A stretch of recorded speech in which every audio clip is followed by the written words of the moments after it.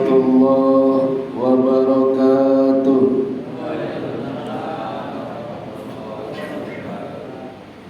Alhamdulillah, Bapak Ibu, saudara-saudara jamaah Masjid Al-Hikmah yang dirahmati Allah, kita sudah menyelesaikan puasa Ramadan sampai pada hari yang ke berapa Bapak Ibu?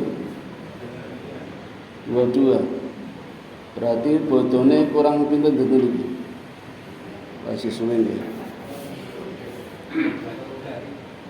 Bapak Ibu, malam ini akan saya lanjutkan materi yang pernah saya sampaikan ketika kajian Ahad pagi tentang negeri Ashabul Qaryah, negeri yang dibinasakan Allah karena menolak kehadiran 3 Rasul. Bahkan ada satu orang lelaki tua yang datang dari ujung kota, namanya Habibun Najjar, yang menyelamatkan 3 Rasul ini justru menjadi korban dan dieksekusi oleh kerajaan Ashabul Qaryah. Hingga Allah mengutus malaikat Jibril untuk membinasakan negeri ini, dan hanya 3 orang yang selamat, tiada lain adalah 3 Rasul yang Allah sebutkan di dalam kitab Bidayatul wal Inayah Ibnu Katsir sebagai ulama salaf. 3 Rasul tersebut adalah Nabi Shodiq, Nabi Soduk, dan Nabi Salum. Sedangkan menurut ulama khalaf di dalam tafsir Al-Misbah, Quraisy Shihab menuliskan 3 Rasul tersebut adalah 1 Nabi Yuha atau Yahya atau Yohanes, yang kedua Nabi Bulis atau Bulus, dalam Injil disebut dengan nama Paulus, yang kalau di dalam Ibnu Katsir namanya Soduk, Yahya namanya Sodik. Dan yang ketiga Nabi Sam'un, nabinya orang-orang barat, sampai orang Amerika membuat film judulnya Samson Delilah. Itu seorang rasul dengan nama lengkap Sam'un al-Husi. Nah, ketika Allah sudah membinasakan negeri Ashabul Qaryah ini yang selamat hanya 3 rasul, maka 3 rasul ini membangun kembali kota Antokia menjadi Antokia baru. Jadi Antokia lama dibinasakan, 3 rasul ini membangun Antokia baru, di mana penduduknya, hobinya, kebiasaannya membaca surat Yasin. Maka Antokia baru dikenal dengan nama kaum Yasin. Jadi kalau kita ditanya siapa yang dimaksud kaum Yasin, adalah kaum Antokia baru. Yang Antokia lama sudah dibinasakan, sehingga menjadi negeri yang baldatun thayyibatun wa rabbun ghafur. Setelah negeri ini aman, maka 3 rasul ini hijrah ke wilayah tempat dakwahnya masing-masing. Di pengajian pagi saya sudah menyampaikan salah satunya adalah Nabi Sam'un yang berdakwah di negeri Romawi. Selesai. Nah, pada malam hari ini saya akan menyampaikan Nabi yang kedua yang bertugas di wilayah bagian dari negeri Romawi, yaitu negeri Irak, Baitul Maqdis, Damaskus, yaitu Nabi Yahya atau Yuha atau Yohanes namanya banyak. Bapak Ibu, Nabi Yahya ini nabi yang Allah berikan keistimewaan. Sejak kecil sudah menjadi nabi, berbeda dengan nabi-nabi yang lain. Nabi Muhammad diangkat menjadi nabi di usia 40 tahun. 3 bulan kemudian diangkat menjadi rasul. Nabi Musa 40 tahun, Nabi Ibrahim 40 tahun, Nabi Isa 30 tahun. Nabi Yahya sejak lahir Allah jadikan seorang nabi. Nasabnya pun seorang nabi, yaitu Nabi Zakaria. Nama Yahya itu nama yang baru pertama kali Allah berikan sebelum diberikan kepada orang lain. Semua ini ada di dalam surat Maryam, surat ke-19 dimulai dari ayat yang ke-7. Saya bacakan dulu ayat-ayatnya. A'udzubillahi minasyaitonirrajim. Ya Zakaria, inna nubasyshiruka bigulamin ismuhu Yahya lam naj'al lahu min qablu samiyya. Allah berfirman, wahai Zakaria, kami memberi kabar gembira kepadamu dengan seorang anak laki-laki namanya Yahya, yang kami belum pernah memberikan nama seperti itu sebelumnya. Ayat 8, Zakaria berkata, ya Tuhanku, bagaimana aku akan mempunyai anak, padahal istriku seorang yang mandul, dan aku sendiri sesungguhnya sudah mencapai usia yang sangat tua. Saya lanjut sebentar, ayat 9, Allah berfirman, demikianlah Tuhanmu berfirman, hal itu mudah bagiku, sungguh engkau telah aku ciptakan sebelum itu, padahal pada waktu itu engkau belum berwujud sama sekali. Bapak Ibu, keinginan Zakaria punya anak terpicu lantaran keponakannya juga punya anak, dan mukjizat tanpa ayah. Kita sudah mengenal semua Isa putra Maryam.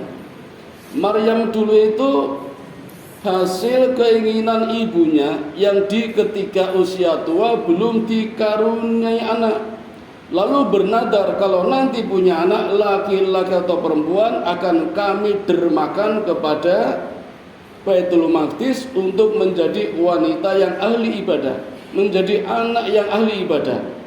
Allah memenuhi, memberikan karunia, maka nadarnya pun dibayar, sehingga dijadikanlah Maryam sebagai orang yang ahli ibadah, tempatnya di mihrab. Kalau di masjid ini ya ada kamar khusus namanya untuk marbot, namanya mihrab. Jauh dari jamaah ada sekat, ada batasan untuk tinggal sebagai marbot, itu Maryam. Bapak Ibu, ini ada satu keajaiban, tidak ada laki-laki satupun yang pernah masuk mihrabnya Maryam kecuali Zakaria, karena pamannya, dan punya kewajiban melayani, membawa makanan untuk sarapannya. Di satu hari terjadi keanehan, ketika membawa makanan, makanan sudah tersedia, bahkan lebih enak daripada seperti biasanya. Yang mengagetkan lagi, Maryam bisa hamil padahal tidak ada seorang lelaki pun yang pernah menyentuhnya. Dari keajaiban seperti ini, maka Zakaria juga yakin, aku pun bisa kalau Allah menghendaki. Maka walaupun usianya sudah tua, istrinya pun sudah dinyatakan mandul. Berbeda dengan istrinya Nabi Ibrahim yang namanya Sarah, itu belum mandul. Di usia 90 tahun masih Allah memberikan karunia anak namanya Ishak, karena belum mandul. Ini mandul, nyatanya Allah bisa, tentu saja dengan munajat yang sangat luar biasa. Dan ini sangat viral betapa Nabi Zakaria berdoanya saja ketika sholat, ketika berdiri ya. Ini tentu saja bukan syariat kita, karena kita punya syariat sendiri, boleh berdoa ketika sholat pada sujud terakhir. Jadi ketika sujud terakhir boleh menambahkan dengan doa. Silakan pilih Allahumma suk ilayya 3 kali, atau boleh yang lain, Allahumma inni a'udzubika min fitnatil jahannam wa a'udzubika min fitnatil kubur wa a'udzubika min fitnatil mahya wa mamat wa a'udzubika min fitnatil masih dajjal. Silakan pilih yang mana. Kalau pakai bahasa Indonesia juga boleh, tapi di dalam hati tidak usah disebutkan. Ini syariat kita. Zakaria punya syariat berdoa ketika berdiri di dalam sholat, dan Allah dengarkan dengan motivasi yang sangat tinggi. Maryam saja bisa hamil, kenapa aku tidak? Maka Allah berikan karunia, lahir seorang anak yang langsung lahir sudah mendapatkan gelar seorang nabi, yaitu Nabi Yahya. Maka ketika kecil Bapak Ibu, saatnya bermain-main dengan anak-anak, Nabi Yahya tidak pernah mau bermain. Setiap kali diajak, apa yang dia katakan? Nabi Yahya mengatakan, aku tidak akan pernah bermain-main dengan usia saya. Ini kan keren ya, kalau ada anak kecil seperti diajak main-main, aku tidak akan pernah bermain-main dengan usiaku. Jadi sungguh-sungguh dengan usianya untuk beribadah. itu Nabi Yahya. Sehingga banyak yang simpatik, umatnya pun banyak. Apalagi ketika dewasa, beliau memimpin umat. Di Baitul Maqdis dikisahkan pada suatu hari Nabi Yahya duduk di atas mimbar dan Masjidil Aqsa dipenuhi orang-orang Bani Israel dari segala penjuru. Nah, ketika itulah Nabi Yahya menyampaikan 5 ajarannya. Yang pertama, menyembah hanya kepada Allah, tidak menyekutukannya. Yang kedua, sholat. Ternyata dulu sholat sudah ada. Yang ketiga, puasa. Yang keempat, bersedekah. Dan yang kelima, banyak-banyak berzikir. Bapak Ibu, Nabi Yahya sebenarnya disukai oleh raja yang berkuasa ketika itu. Namanya Raja Herodes. Bahkan raja ini sering minta fatwa kepada Nabi Yahya. Dan Nabi Yahya memberikan fatwa-fatwa yang baik. Tapi pada satu saat ketika raja menginginkan fatwa yang tidak seperti biasanya, Nabi Yahya tidak memberikan fatwanya. Kalau minta kepada bapaknya Zakaria pasti tidak diberikan, karena Zakaria orangnya keras. Siapa tahu Yahya yang lembut orangnya, raja bisa memberikan fatwa, minta fatwa, tapi ternyata tidak. Fatwa apa yang diminta raja? Ternyata raja minta fatwa agar bisa menikahi istri saudaranya. Itu yang tidak bisa, kan muhrim, apalagi saudaranya masih hidup ya. Di dalam ajaran Taurat ada 10 perintah Allah, salah satunya tidak boleh mengambil istri orang lain. Jadi senior tidak boleh, senior senang istri orang tidak boleh. Nah, raja ini akan menikahi wanita yang masih menjadi istri saudaranya, tentu saja tidak boleh. Nah, dari sinilah raja mulai tersinggung, mulai marah dan berusaha bagaimana mendapatkan wanita ini, karena sudah terlanjur tergila-gila. Apalagi istri pertama rajanya belum memberikan seorang anak, dan memang istrinya juga tidak berniat memberikan anak, hanya ingin menguasai harta kerajaan. Ini istri yang pertama. Maka kesempatan emas bagaimana caranya mendapatkan kekayaannya. Istri yang pertama juga ingin menjodohkan suaminya yang seorang raja, namanya Herodes, bisa menikahi wanita istri dari saudaranya. Maka rencana busuknya dimulai. Kebetulan wanita ini juga berhasrat memiliki kekayaan kerajaan. Ada kerjasama dengan istri pertamanya. Maka ketika raja semakin tergila-gila ingin menikahinya, wanita ini minta mahar yang maharnya tidak tanggung-tanggung. Apa Bapak Ibu? Kepalanya Nabi Yahya. Jadi ini mirip kisahnya Nabi Soleh. Ada 2 pemuda yang akan menikahi 2 wanita, yang ternyata 2 wanita adalah iblis, menyerupai wanita dan minta mahar kepalanya, ontanya Nabi Soleh. Terjadi musibah besar. Ini juga mirip, tapi bukan kepalanya onta, kepalanya Nabi Yahya sekaligus ya. Maka karena sudah terlanjur tergila-gila dengan cintanya, raja tidak main-main. Datang sendiri ke tempatnya Nabi Yahya dengan mengajak bala tentaranya, dan dijumpainya ketika itu di Baitul Maqdis. Nabi Yahya sedang memberikan pelajaran dan nasihat kepada umatnya.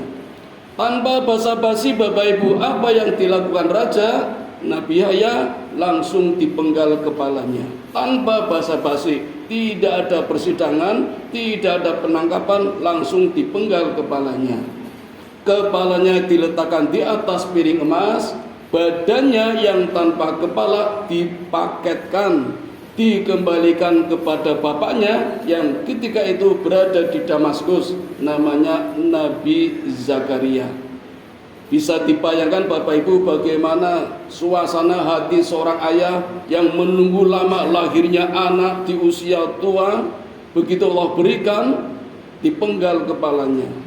Tidak bisa dibayangkan betapa sedihnya mendapat kiriman anak hanya badan tanpa kepala. Maka kepala Nabi Yahya diparak, dibawa ke kerajaan, dan di sanalah siap-siap dijadikan mahar. Wanita yang minta kepala Nabi Yahya ini tentu saja senang, bersemangat karena sebentar lagi akan mendapatkan kekayaannya sekaligus menjadi istri raja. Tapi apa yang terjadi Bapak Ibu? Ketika ijab kabul hendak dilakukan, tiba-tiba terjadi gempa. Walaupun lokal, tapi cukup menggegerkan istana. Apalagi tanah yang diinjak wanita ini langsung ambles. Awalnya sebatas mata kaki, tapi tidak bisa bergerak wanita ini. Kemudian ambles lagi sampai lutut, ambles lagi sampai kepala. Jadi badannya tenggelam, tinggal kepalanya. Dan gempanya semakin besar hingga umatnya Nabi Yahya atau rakyatnya Raja Herodes penasaran ada apa ini. Maka ketika masuk ke dalam istana ternyata dijumpainya ada kepala Nabi Yahya, Nabi idolanya umatnya. Dan Nabi Yahya nggak punya kesalahan. Dan tentu saja pasti ada penyebabnya. Jangan-jangan penyebabnya adalah wanita ini. Maka rakyat menuntut kepada raja agar wanita ini juga dipenggal kepalanya, yang penting tidak terjadi gempa. Maka hari itu juga wanita ini pun dipenggal kepalanya. Maka ada dua kepala, yang satu mati syahid, yang satu mati sangit. Ini yang terjadi ketika itu di sebuah kerajaan, dua kepala untuk memenuhi hasrat seorang raja dengan rakyat yang menuntut karena meninggalnya Nabi Yahya.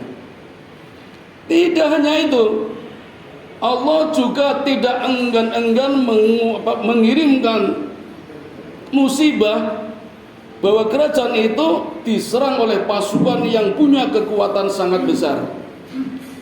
Jadi dalam sejarah ada 4 kerajaan terbesar, terkuat di dunia. Yang 2 muslim, yang 2 kafir. Yang muslim, yang pertama Nabi Sulaiman, yang kedua Dzulqarnain. Yang kafir juga 2, Namrud yang menguasai 1/6 belahan dunia, dan yang satu lagi Bukhtun Nasr. Ini kerajaan terbesar di dunia dan terkejam. Datang ke negerinya Raja Herodes dan menghabiskan semuanya. Tidak hanya itu Bapak Ibu, Yahya kan punya bapak, yang bapaknya juga seorang nabi, Nabi Zakaria, maka diburu juga. Tidak tanggung-tanggung langsung menuju ke Damaskus, Irak untuk membidik bapaknya yang juga nabi, yaitu Nabi Zakaria. Allah berikan info kepada Zakaria hingga bisa menyelamatkan diri bersembunyi di hutan dan diselamatkan oleh sebuah pohon. Begitu pohonnya membuka, Nabi Zakaria masuk ke dalamnya.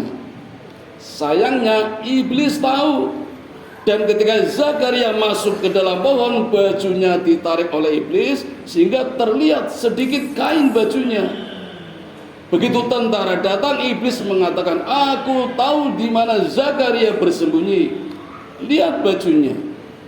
Maka dengan kekuatan yang kejam juga pohon itu digergaji.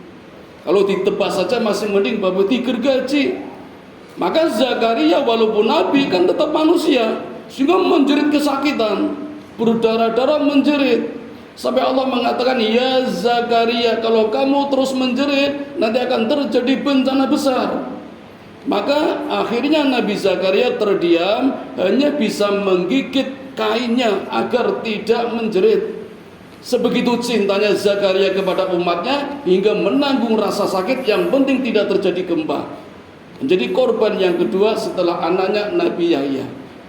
Apakah sudah selesai? Belum. Masih membidik satu lagi. Siapa lagi kalau bukan Nabi Isa yang mendapatkan fitnah karena lahir dari kandungan Maryam yang tanpa bapak.